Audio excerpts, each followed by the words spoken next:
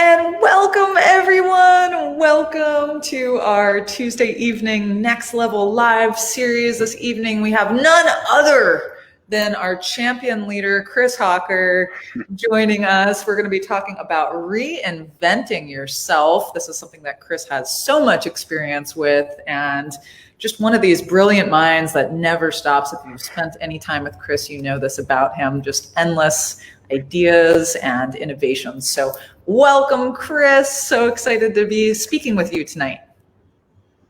Hi, Alexa. Thanks for having me out. I'm excited to be here. Talking about reinventing. Talk about reinventing. Yeah, it's so funny because right before we got onto the live stream, I said, "Hey, I wish that we had more lights for you in your home studio." And tell us about what you've got going on around that, because we need some more light on you, my friend. Well, what I have going on it's not about lights, it's actually about cameras, but I have, we're on Zoom all the time now, all the time. It's nonstop Zoom all day long. And I'm an inventor. I tell people all the time that I'm, I mentioned that I'm an inventor, but what does that really mean? And what it really means is I invent things. I got a couple things here so I can show you. So maybe, I don't know how many people have actually seen this thing, but here's my most famous invention, if I could talk. This is the Power Squid. I mean, it's not like famous, but as my inventions go, it sold a lot and it was in a lot of stores. It's called the Power Squid. It's a power strip that's got extension cords. I licensed this to a company called Power Sentry, who later was part of Electronics, a real big company. And in like the 2005, 2006 range, this was a big hit. You may have seen them in the stores back then. They sold millions of these. Once upon a time, millions. And weren't you also with Philips with that? Were you also with Philips with the power strip as well? Yeah. Philips bought the product from Power Sentry. Well, they bought Power Sentry, the company that was making it, and then became a Philips product subsequently. Wow. Which is like one of the things that happens with inventions and products that people don't know about. But companies change hands, products change hands, and Philips buying this company didn't turn out to be good for this product because of a million factors. But anyway, there's one of my inventions. And when I say my inventions, it was a team sport. There were several people involved. So I give, to give credit, I like Steve Sauer, PJ Berkey. There's some other people who are involved in it. All these things. Here's another. They're all collaborative projects, dropping things. This is a hot dog slicer. You put your hot dog in there and your ketchup there. And you drop this guy on here, and it makes little so your kids don't choke on hot dogs. This is sold next to Walmart, in Walmart next to hot dog buns. And this was invented by my friend Dan Kavanaugh, and the dog thing was my idea. Amazing. And then here's the carbon flyer. This is a carbon fiber paper airplane, so it's made out of carbon fiber. It bends, not break. Oh my gosh! You control it with your phone. Beautiful. And these are the types of things I invent or help invent. I also help other people with their things. Anyways, so we're in Zoom. So point is, we're in Zoom. So in addition to doing the work I do with transformational training, I'm working on several inventions right now to help people with their Zoom lives, in particular ways to hold cameras so that you can look at people while you're looking at the screen. So you're not always like looking up and down. So it's so good. Yeah, I mean, there's probably so many people out there just on so many Zoom calls right now. And if you're ever presenting, it is bizarre because it's like there's like a disconnect when you're presenting. Yeah, and I've had several people in the last month come to me with Zoom ideas, like for products related to how much time people are spending in Zoom, which is a great segue into reinvention, because, you would think that here's this new restriction on life created by the pandemic or other things that happen in our lives that seem like restrictions, loss of possibility, restricted possibility because something goes away. And in fact, it does, every time you add a new restriction, you also create new opportunities for innovation because there's ways to overcome the new restriction. And so if you think about like a chess game, what makes chess interesting are the restrictions. If every piece was like the queen and every piece could do everything, it would stop being fun quickly. But it's because the queen is the only one like the queen, and then you get the pawns who can do much less, and And there's the scale that the game has, all the dynamics that make it so fascinating and interesting and endlessly creative. So restrictions are actually the source of creativity. And so situations like the pandemic, by adding new restrictions, create new opportunities for creativity. And so there's a lot of entrepreneurs out in the world right now looking for ways to solve the problems that are now becoming a bigger issue, is like millions of people are spending time staring at cameras and staring at their computers in a way they never were before. New opportunities. Totally. So if you're looking for them, they're there. That's awesome. Were you always this, I mean, since you were young, were you just looking for ways to create and utilize, new ways of thinking of things? Like, when did this start for you, this like innovative mindset? Well, when I was a kid, I was less of a problem solver than a solution appreciator. Like, I was just like really fascinated with and in love with technology and gadgets and cars and spaceships, and I wasn't like the budding entrepreneur or engineer who wanted to understand how things worked. I didn't really care how they worked. I just appreciated the beauty of like the design and the machined parts. And I would go to garage sales and buy old typewriters and other antiques and broken things for very little money. And I'd bring them home and I'd just take them apart to see how they looked inside, not how they worked, just how they looked. So I was this great appreciator of things. And then later in life, I learned that I could also solve problems. But really, it was originally and continues to be just an appreciation for the beauty of the things that arise out of elegant solutions to problems, which translates it's not just products and things, though that's where I got started, but it's also like a beautifully written contract is something that you can appreciate how it balances risk and reward. And also it's in people and transformation in human beings as we see in ourselves what's missing and reinvent ourselves to bring it alive, because we're not fixed. Most people kind of have this idea that they're a certain way, that they've always been. Like, if you're out there, you probably think of a time when you said, I'm the type of person who, that's a way we often might, I'm the type of person who does this in a situation like this, who doesn't do that. It's often with defining the types of things we don't do. I'm not the type of person who speaks up. I'm not the type of person who allows, I'm the type of person who avoids conflict, or I'm not the type of person who, makes us think about things, whatever. We create these ideas about who we are, and then we start telling people who we are, and then we can't possibly do something different than what we've been telling everyone about ourselves, even if it would serve us to. So we start getting trapped in the identities that we've given ourselves over time. But it's not the truth about us. It's what we've decided. And so we can start making new decisions and about who we're going to be. And that's reinvent ourselves. And so that's, is in the end very similar to reinventing a product. You see a new possibility, figure out the steps to get from A to B or A to Z, and then start taking the steps one at a time and until you get there.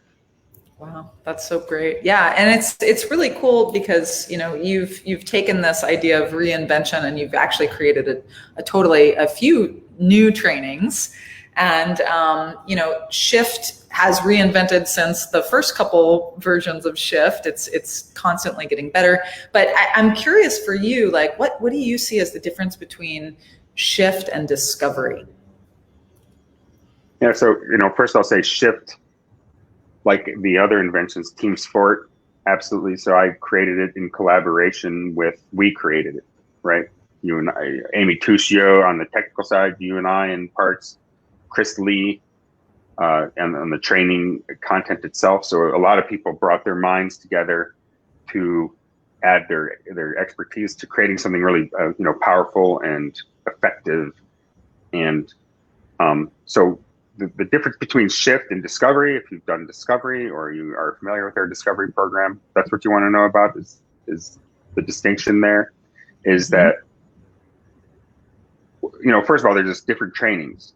So they're similar in the sense that Shift is lighter in terms of its level of confrontation or discomfort that you might experience, especially in and of itself, just the content is, and also because you're at home, It's designed for an in-person, a remote online experience, though it's also designed for that, so it takes advantage of it in certain ways.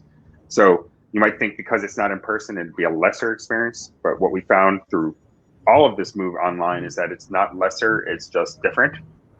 And in some ways it's superior. I mean, it's definitely more convenient, and it's definitely more comfortable, though in some ways discomfort can be valuable in a training setting, but for sure this is a great, makes it much more convenient and user-friendly for everyone. And what we're seeing and hearing over and over with the digital trainings is the results aren't less, they're just different. So if you're wondering if it works still, it totally works. And discovery is really about looking at yourself in terms of where you've been in the past in order to create a new future.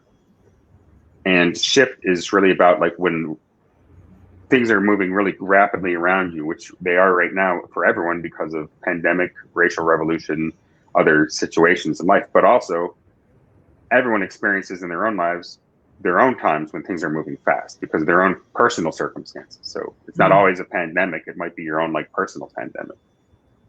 But in those moments when things are moving fast, you got to, instead of looking, you know, into the past and into the future, you got to like bring your vision real close to the moment and get into this moment and start making choices about who you're being and how you're responding right now.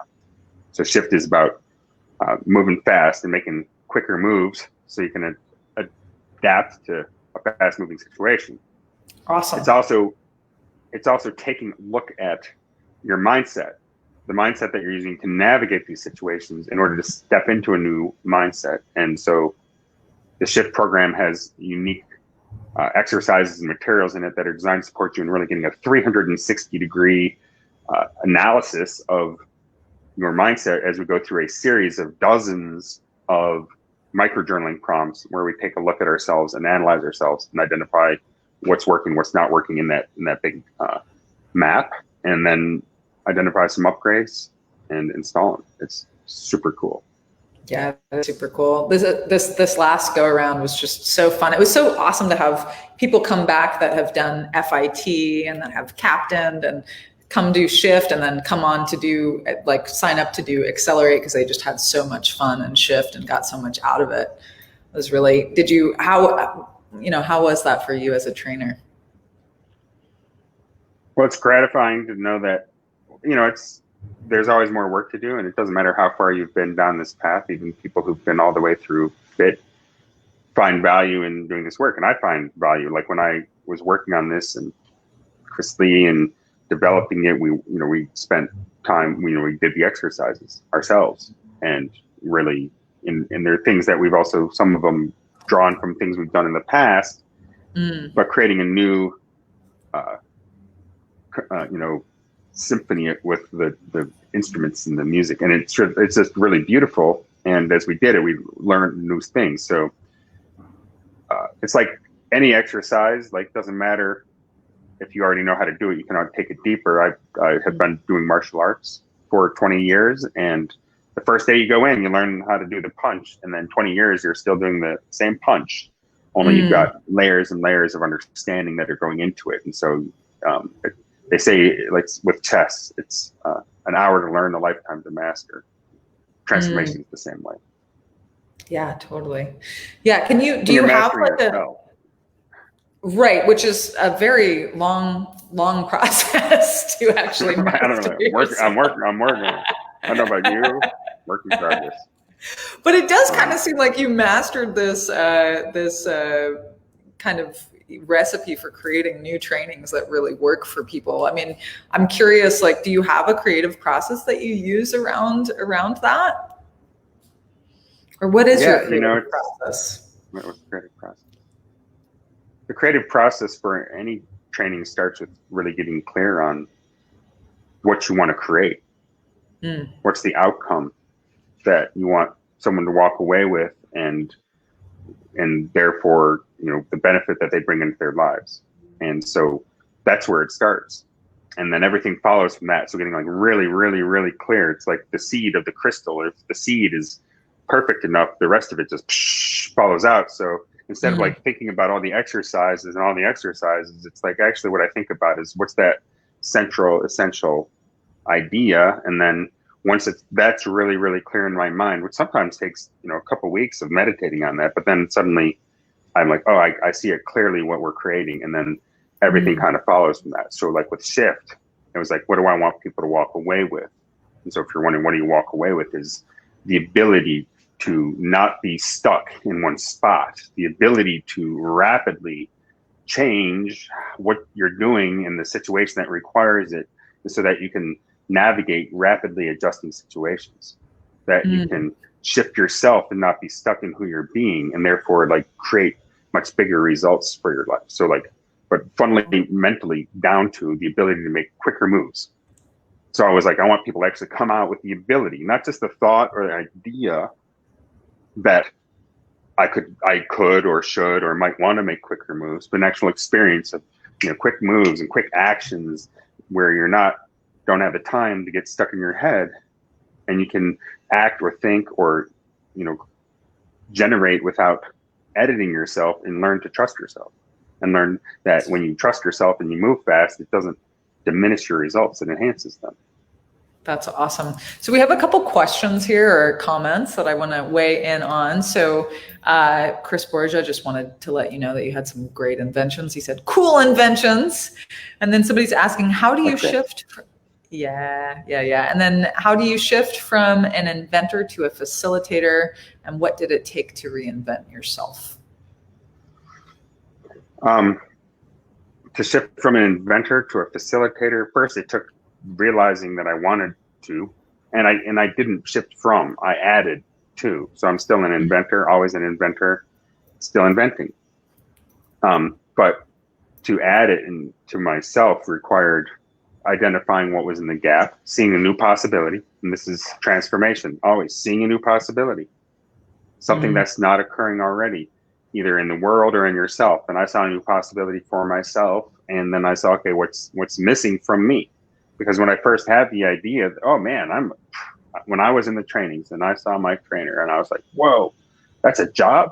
Like I never saw anyone do anything like that before. So beautiful, like what he created with people and the way he handled situations was so powerful and effective, and what it resulted in blew my mind, especially what it resulted in for me. I was like, I want to be able to do that, but it seemed at the time like an impossible idea, because I had this horrible fear of public speaking and stuck in my head, didn't trust myself, and had never had an idea up until that moment about it. So I wasn't in any way prepared.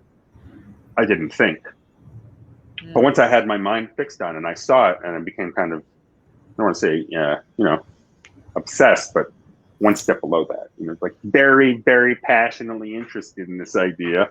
Totally, as Chris does. as I do. I don't like to mess around. I'm like going all in. Yeah. So I went all in, and I was like, man, I just want to do this thing, but I got these things that are in my way, fear of public speaking, and so as Lewis Howes, one of my friends and inspirations, and the person who got me into this in the first place, says, if you're afraid of something, you got to do your fear until your fear goes away. And so I just stood in the fire with my fear and dealt with it by like having panic attacks and having, a lot of very unpleasant moments where I was like having heart palpitations and needing to throw up, or feeling like I was going to faint or die. Perhaps one time, like I really thought this might be it. This is the moment. We're so glad you didn't die, Chris. We're so glad you're still here. It turns out you can't die from public speaking. You can feel like you're going to die. And it wasn't, and it took me back to this time when I thought I might die public speaking at my brother's wedding during this best man speech, where I just froze. And oh no. So I got to I had to break through that. Did you get it filmed also? You get to go back and look at that later? Oh no, I never looked back at it. But anyhow, in my head a million times. So, totally. Anyhow, but eventually I broke through it. I kept going and never gave up. And I had a lot of people supporting me too, to not. And then I got there. And I'm glad I did it. I was, amazingly enjoyable to like be able to support people in this way, and it was worth it. You know, like when I saw my trainer and what he did for me, Chris Lee being one of those guys, right? Who's helped create Shift, and who's also, you know, leads Shift and Accelerate, is, you know, it's an amazing journey to turn yourself into this vehicle for this work. And whether or not you're becoming a trainer and that's your vision, but just to actually step up as yourself and like become your best version of yourself is becoming a vehicle for the work. It's like, you know, letting your vision use you instead of you being used by your impulses and habits and rackets. And that's really ultimately why people do this work, actually, is because it's a way for you to step into a greater version of yourself. And it's a proven methodology for many people if they continue developing themselves through the trainings and coming back and coaching and captaining. It's like people don't recognize themselves in a short period of time. Has that been your experience? Right. I mean, look at all of us that have stuck with this program, right? Like the program, like just keep moving on the transformational train. It's really, really cool and gratifying. And it's like, after you see it happen with enough people, it's like, wow, okay, of course I'm going to keep going on this journey. Yeah. I mean, that's from when I first stepped into it. I mean, I saw what was happening in me, but it was like, when I saw it was also happening and like everyone around me was having these similar kind of transformations, massive, you know, like they're massive results in their lives, but most importantly, just massive breakthroughs in their experience of themselves. Like they fell in love with themselves. They like truly like, you know, started enjoying being them instead of being in resistance or finding all the things that they didn't like about it. And I was like, man, that is just how amazing that people spend like their lives desperately searching for this thing that actually is 3 days away. Wow. If you show up and do the work, or 2 days away, you know, I mean, it turns out, and here's another thing about the Shift and Accelerate and the online work we're doing is, not only is it, you know, not diminished by its onlineness, but it's also not diminished by its, you know, less timeness. Like you might, you know, and I'm not saying you, like you shouldn't, because we were thinking, oh man, this is not going to have the same power as the in-person stuff that we're used to has had. Like that was, so we just like had a certain idea that it just couldn't possibly be as, you know, that's why we've been spending all this effort to bring everyone here, is because it's going to, and what we found is actually people are having breakthroughs with Shift and Accelerate and results that are just as big as they ever got with Discovery and Breakthrough. Wow. And VIP, which isn't to diminish the value of those in-person experiences at all.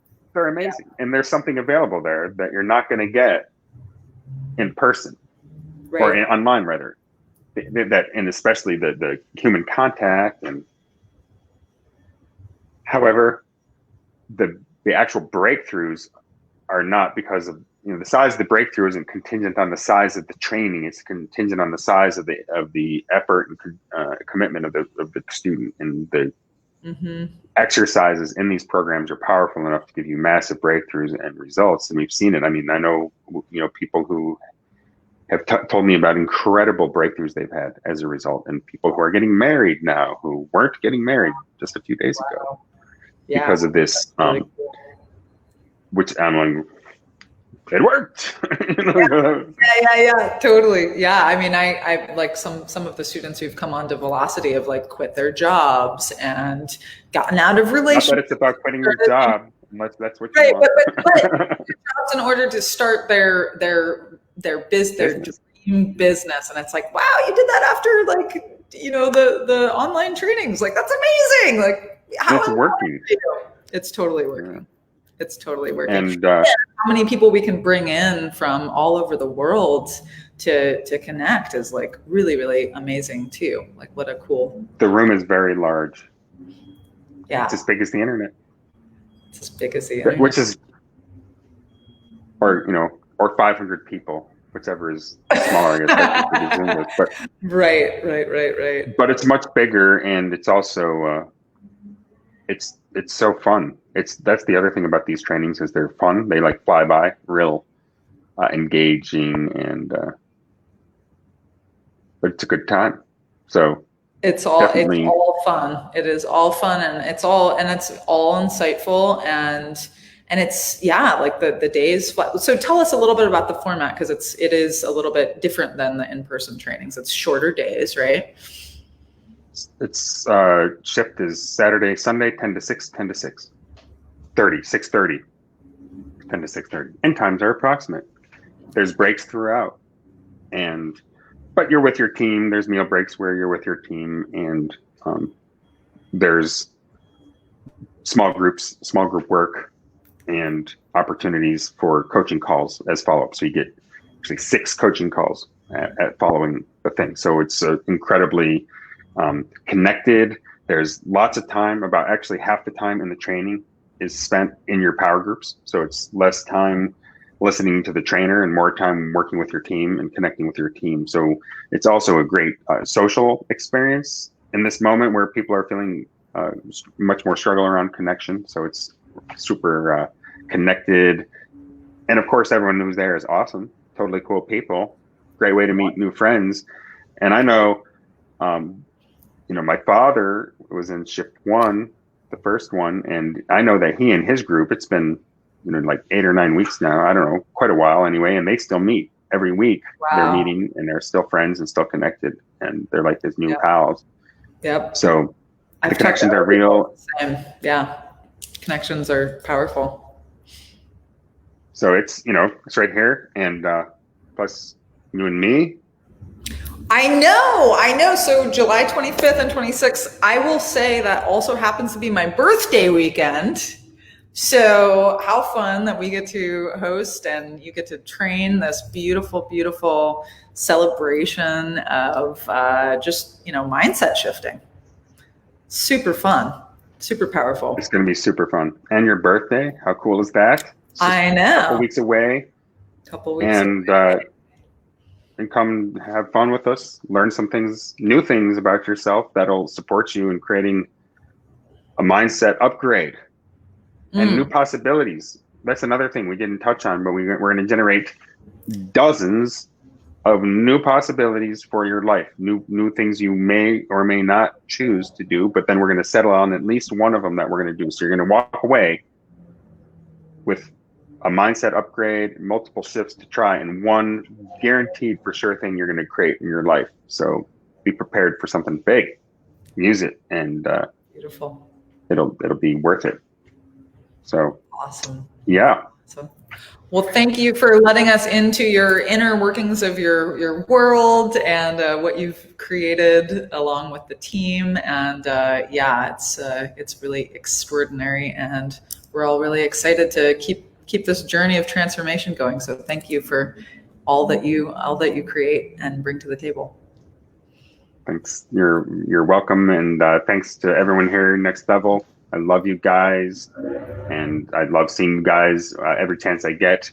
And so I hope to see more of you at Shift coming up, or everything else that's coming along. So wherever I see you, it'll be awesome. And I also look forward to sometime before long seeing you in person. Oof. And yeah, it's like a rare delicacy now. Human contact. Beautiful. Have a good night, everyone. Bye.